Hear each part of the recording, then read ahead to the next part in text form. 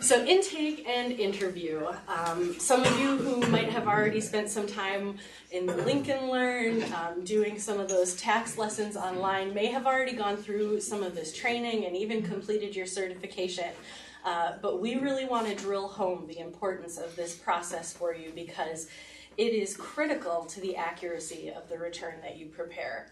And so through site reviews that the IRS did last year, they found actually that accuracy from when you use the correct intake and interview process is at 97%. Whereas if you don't use the correct process, it's 83%. And so this certainly has ramifications for our taxpayers, but it also affects our site. And so we get basically an error rate at the end of each season that lets us know how we're doing. Now, I'm not telling you that to scare you. We actually did excellent last year. We were at, I think, 98 point something %. So we're better than average, but it's because we spend so much time on this training. So take that with a grain of salt, but make sure that you are mindful of how important this is. I think what we need to remember is that while the taxpayer has the ultimate responsibility for whatever is submitted on that tax return, you have a really important role in eliciting the correct information, and that happens through this intake process. It's really important that you do this before you begin the electronic return, because as you're going through the questions, you might find something that we are actually not certified to handle, that you personally, maybe our site can do it, but you personally don't have the certification level to do the return. And so we don't want to, it takes more time to kind of back out of that process once we've started a return than if we just get the answers to the questions up front before entering anything into the system. So the primary objectives, if we can distill it down to just 3 things, we want to verify the taxpayer's identity using photo ID and social security cards. And this is either a single taxpayer or if they're married, we need to see those items for both people. We also need social security cards for any dependents that are included, but we don't obviously need photo IDs if somebody's claiming a 4-year-old that's not going to have a picture ID. We need to determine the necessary certification level for that return. And there are documents that will help you do that. You don't have to do any guesswork. And then ensure that that return is in scope for the program. So let me get everybody a copy of the intake form. And so for those of you who've been with us before, this should look very familiar. Every year the IRS changes the color on us. And they're not just doing that to be clever, they do it so that they can differentiate between any changes. This form is updated every year. So for example, a few years back before we had the Affordable Health Care Act in place, we didn't have to ask questions about health care coverage. And when we did need to start asking that, they updated the form. So the color coding just helps us keep track of whether or not we're using the current year. Now, ideally, the taxpayer completes this form before they arrive to the site. All of our sites are appointment only, and so when someone calls to book their appointment, we send them a reminder packet. It's got a letter that tells them when they're supposed to arrive, a list of items they need to bring, but we also send this intake form with that letter so that they have the opportunity to work on it ahead of time. There will be times when maybe somebody calls to make their appointment 2 days before they're supposed to come in.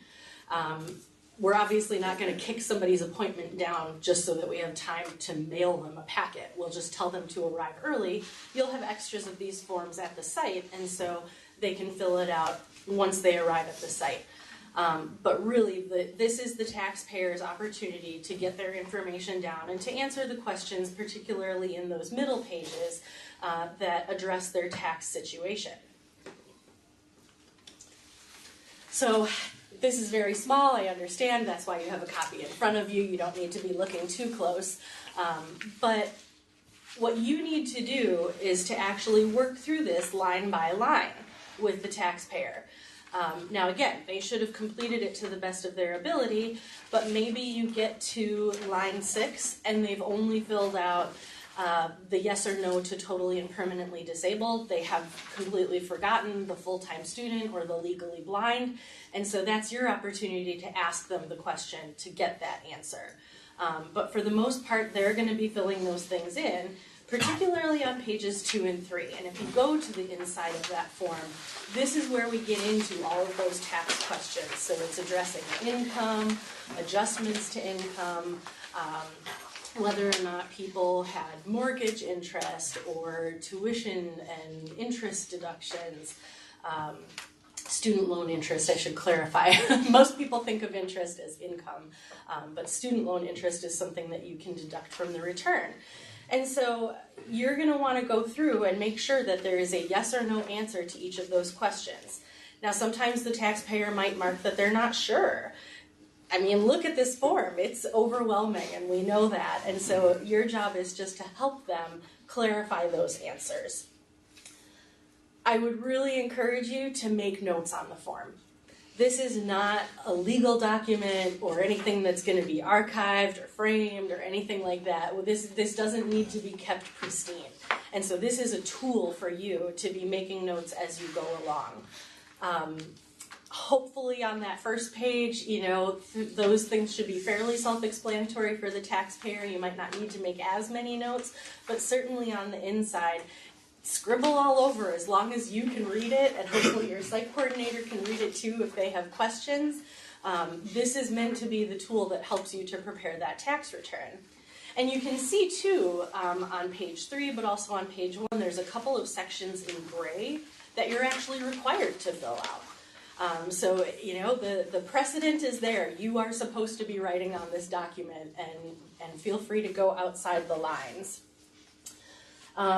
Your publication 4012, which is what's in your red binder, has a job aid for this form as well. So if ever you're at a point where you're just like, I'm not sure, how to help them answer this question, it's on page K8. And so you can always look at that. And I think it provides some good guidance for the language that you might use in talking with the taxpayers to get at those answers.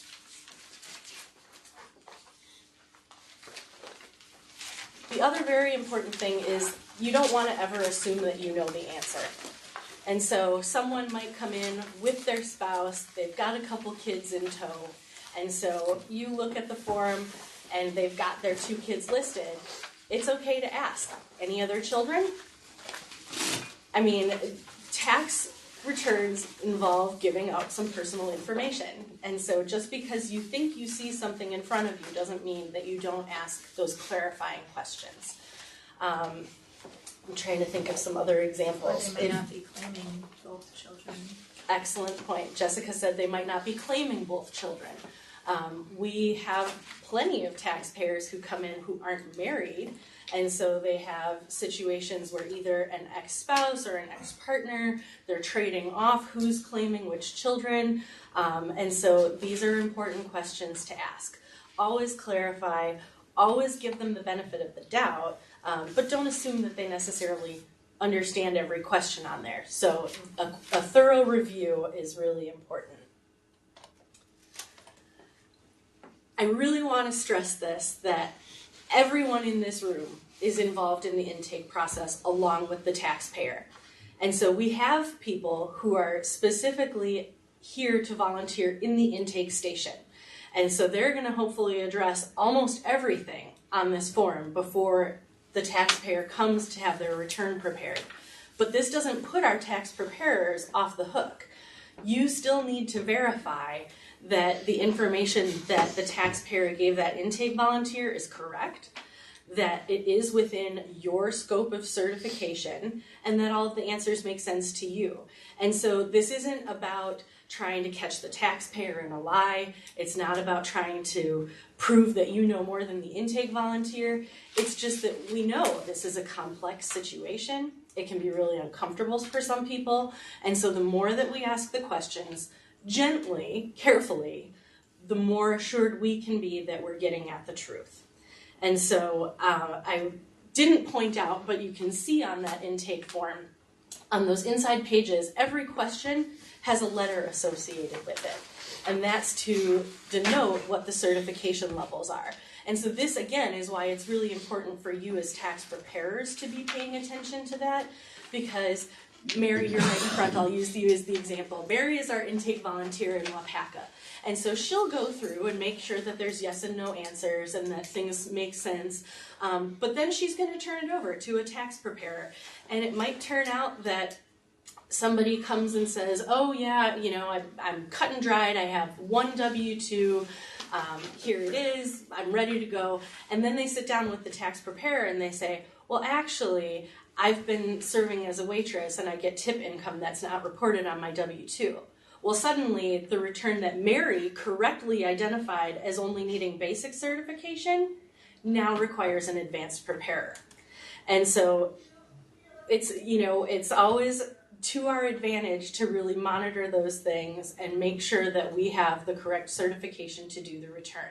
And in that scenario, it's not like the taxpayer was trying to deliberately lie to Mary. It's just that, again, things sort of unfold in the tax preparation process.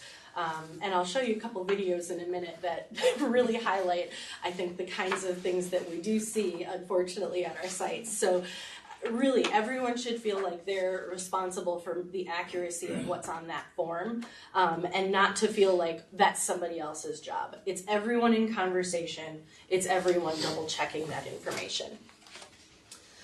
So I kind of touched on these already. Assume the best intentions. A taxpayer might be confused. And so don't assume that they are deliberately trying to make your job harder or that they're trying to skirt around tax law. They may just not understand some of the questions. It's also important that you do accept reasonable responses. Not everything requires documentation. And so certainly if somebody is reporting income to us and they're saying that they had jobs and should have had W-2s, we need to see those. But sometimes people will tell us they have cash income and they don't have any sort of paper trail. We will take them at their word for what they say that cash income was. Similarly, there are some deductions and adjustments to income that won't require documentation, and so you don't always need to see those things. A big one is healthcare. If somebody got their insurance through the marketplace, we have to see the Form 1095A. But if they had it through an employer, we don't have to see another 1095 form. Now, technically, they should receive one, but as long as they come in and say, I've been employed all year, here's my W-2, I had health insurance through my employer, there's no reason for you to doubt them unless their behavior gives you cause to do that. So some answers we are going to accept on their face. You want to ask open-ended questions. And so, again, this is important. All of the questions that are on this form are yes, no. But you'll be asking, did you have any other jobs? Did you have any other tuition statements? You're just trying to get at what's beyond the paper. And asking those open-ended questions is going to help you to clarify any discrepancies as well. So now, if I can figure out how to do this, I'll show you a couple of pretty relevant examples of the kinds of things that we have seen at our tax sites. Hopefully the sound will work. You pointed out that you had 4 jobs last year, but you only gave me 2 W-2s. Were there other jobs?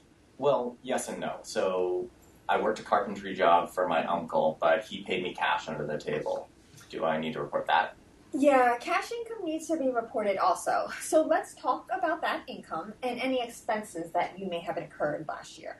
Sometimes taxpayers assume that cash income doesn't need to be reported.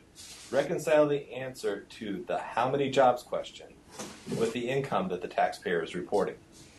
Okay, so now we had these 2 jobs that we have the 2 W-2s for, and we just did the schedule to report your cash carpentry income. Was there any other income from work? Well, I was in between jobs right around the holidays, so I took a job at a toy store. They took out the taxes from my paycheck, but they didn't send me any forms. Okay, that needs to be reported also, but let me get the manager to see what we should do now. On each question, the preparer needs to keep asking until everything is resolved. This preparer did a good job of chasing down all the earnings. So I would say that the cash income is not common at our sites, but it is the kind of thing that once somebody says it, we can't unhear it. And that's so important because you will get people who will say, well, but it was under the table. I don't have to report that, right? Legally, they do. And it's not a fun position for us to be in. I completely understand that. But we can't pretend that we didn't hear that when they volunteer that information.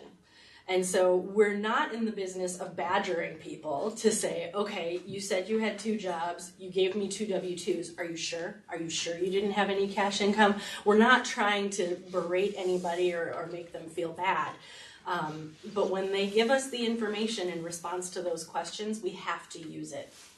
And we have had people who said, you know, I do this twice a year.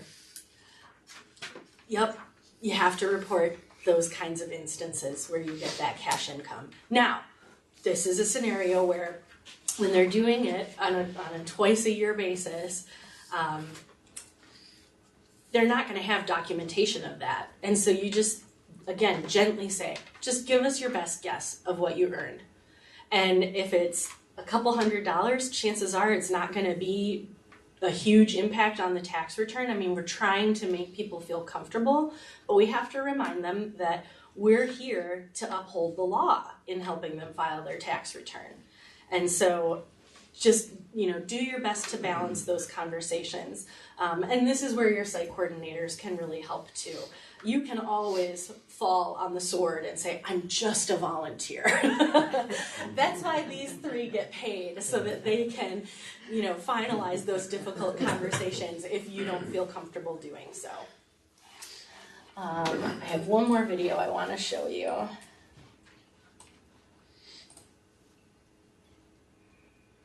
Great. So we're just at the point now. We're almost done. I just need to get your bank account number and your routing number for your bank, and then we can set the direct deposit for your refund. Well, don't have it on me, but give me 30 seconds. I'll just pick up my phone, call my wife, and she can get that for us. Wait. Sorry. Did you just say wife? You're married? Well, we seem to be doing better filing as singles. Well, if you're married, you need to file as married. You can't technically file as single. Oh, come on, you know how it is, right? Actually, no. If you were you married on December 31st of last year? Because that's pretty much the dividing line. Come on, tell me, which would be better? Should I file as single or should I file as married? Let me go get someone with a little more experience here who can help us work through this. In this situation, the preparer needs to get the site coordinator involved. The site coordinator will talk to the taxpayer and may decide that the site must decline to prepare this tax return. Sorry about the sound going out there at the end. But what they said is, you know, getting the site coordinator involved, they may determine that we can't file that tax return. And not because we're angry that they've lied to us, but because it's out of scope. We don't do returns for people who are married but filing separately. And partly that's because of the ramifications of Wisconsin tax law. It is obviously legally possible to do those kinds of returns. We just don't do them at our VITA sites. But we've had things happen like that, and we've had them happen with people that we have served for many years. And so Connie can attest, we had somebody last year who came in and, you know, he had been probably coming to the Wautoma site since it opened, and all of a sudden he said, well, I do have a wife. I think she's in Vermont. and you know, we just kind of thought, well, gosh, what do we do now? And it is difficult when you know that somebody's had a relationship with your VITA program for a number of years, and you think, why didn't we catch that? Well, it's not our fault. You know, to tell you the truth, this gentleman was coming in with a girlfriend every year. and so while I'm sure that they did ask the question of whether or not he was married, I mean, he wasn't thinking about that wife in Vermont. They'd been separated for a couple of decades, you know, and so, but it did take extra work on our part then to figure out, like, well, is this, you know, considered divorce? What do we do? These, again, are the kinds of questions that your site coordinator is going to have to figure out, not you. But we do have situations where taxpayers will, at the very last minute, reveal something. And again, it's in this case, in this video, there is a little bit more of a calculating rationale behind it. You know, this guy seems like he knows how to manipulate the system. He wants to get that best possible refund. But in some cases, it'll just be, and this is very common, you're wrapping up the return and somebody lifts up a bag of receipts and says, what do I do about these? Because whatever is in that bag, they somehow didn't feel that that question was addressed on that pink intake form. So again, ask the questions, open-ended, clarify everything you can. If you see that they have a plastic bag full of papers with them, you can say, do you have anything in there that's from this current tax year? Because a lot of times people will bring every return that we've prepared for them. That's fine. But it's okay to ask if there's anything in there that would be pertinent to the return you're preparing. Because sometimes people just won't think that the questions are addressing their situation.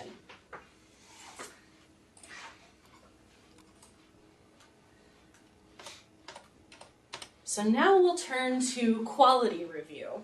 And the reason that we pair these two things together is because they use the exact same paperwork.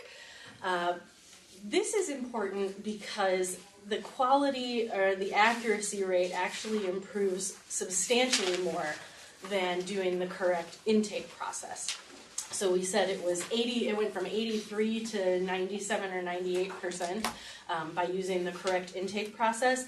When quality review doesn't happen right, our accuracy rate drops to 53%.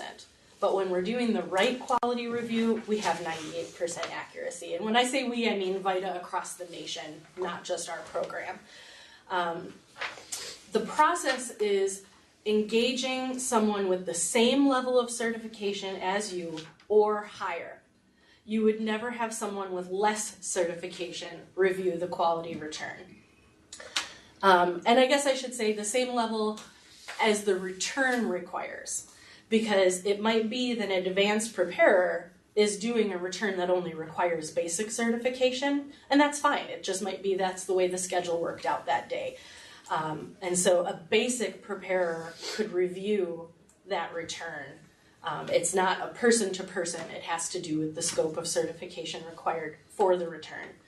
Now, in some cases, your site coordinator might be the one doing quality review, and that's fine. They're going to have the highest level of certification at the site, so you're kind of off the hook there.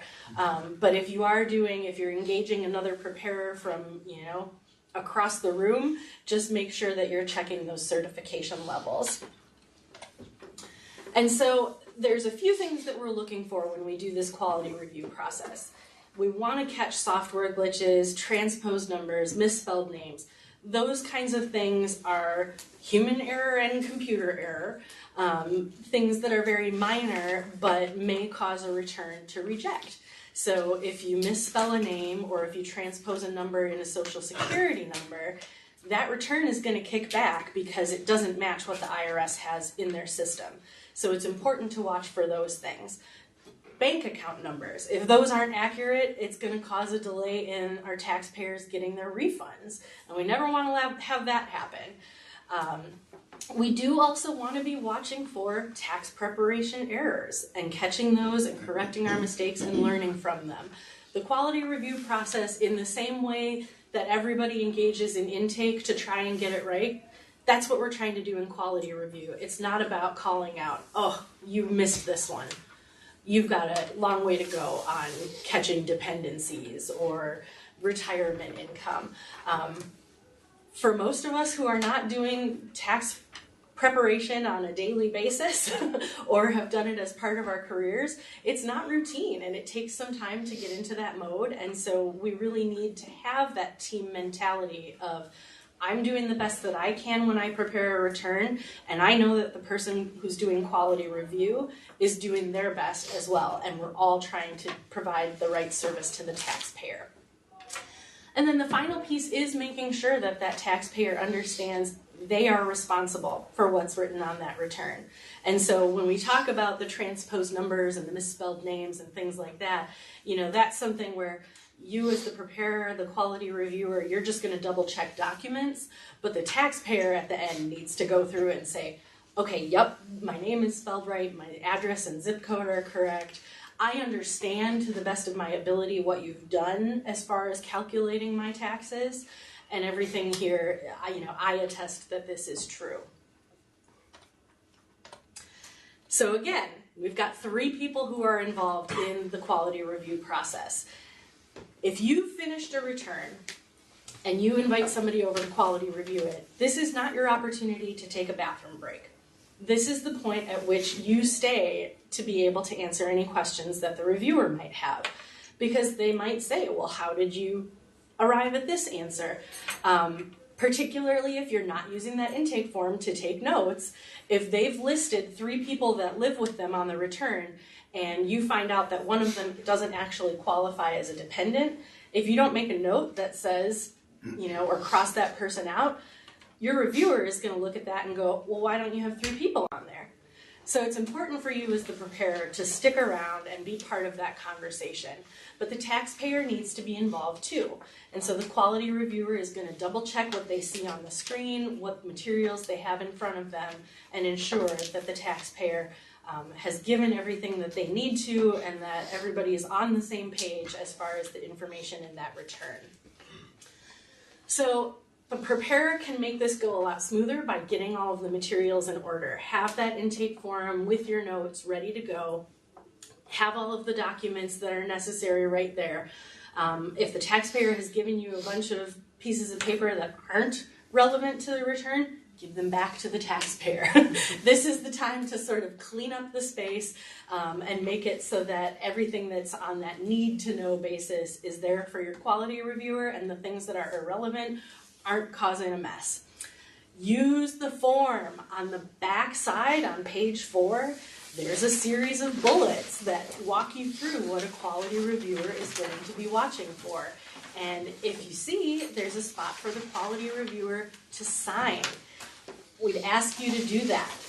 This is particularly important because we have new software this year and we don't know exactly how some of this is going to work on the mechanics side yet.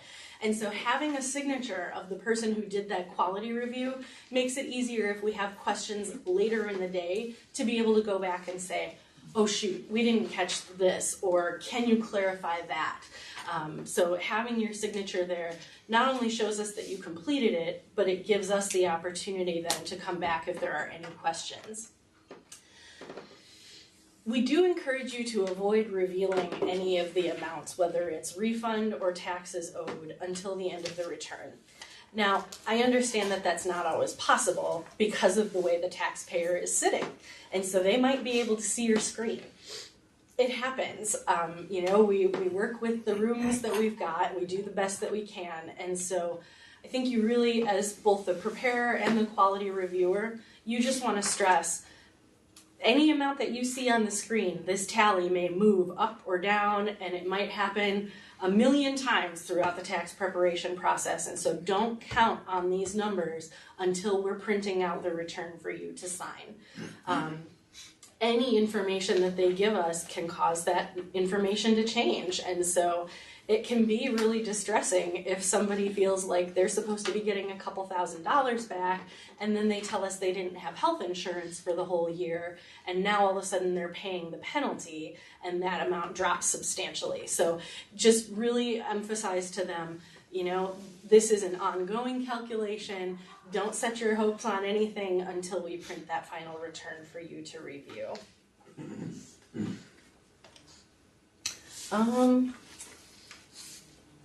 Just making sure I haven't missed anything. Oh, one very important thing. If you find a mistake in the return, that gets corrected and the return gets reviewed again. Now, this doesn't mean that you start with the questionnaire from the very beginning and you go through all of it again. We're not trying to make these returns take 3.5 hours. But you can't just assume that fixing one mistake didn't have ripple out consequences. And so the quality reviewer needs to come back and double check everything. It should go more smoothly, if you know that you were just looking for one correction. And I would say for things like those misspelled names and, transposed numbers in address, social security, things like that, those are essentially typos. You don't need another quality review for that. But anything that's pulling to the 1040, if you've had a number that was transposed there, because that can change everything in the return, you do want to do that quality review again. And so again, I would say this is incentive to do your intake and interview process deliberately and carefully the first time around, and that will help you avoid mistakes in the quality review so that you can breeze through that. Once the quality review is finalized, that's when you're going to print out a copy of the return, give it to the taxpayer, and say, okay, I want you to look this over, make sure that we've got all of your personal details correct, and then just kind of review. This is how we got to these numbers. Your total income includes your 3 W-2s. We were able to have these deductions, and then here's the bottom line. There will be a form that they sign that authorizes us to e-file. But more than that, this is where they accept responsibility for the information on the return. And so you need to verbalize that with them, because I don't want anybody thinking that they're just signing off on us sending this to the IRS and then coming back to us and saying, well, you did this wrong. No. We presented you with the information. You are saying that this is correct to the best of your knowledge, and with that authorization, we will submit the e-file. That information is written on that form, so you don't have to memorize anything. When you get to that form, just make sure you really emphasize that point for folks.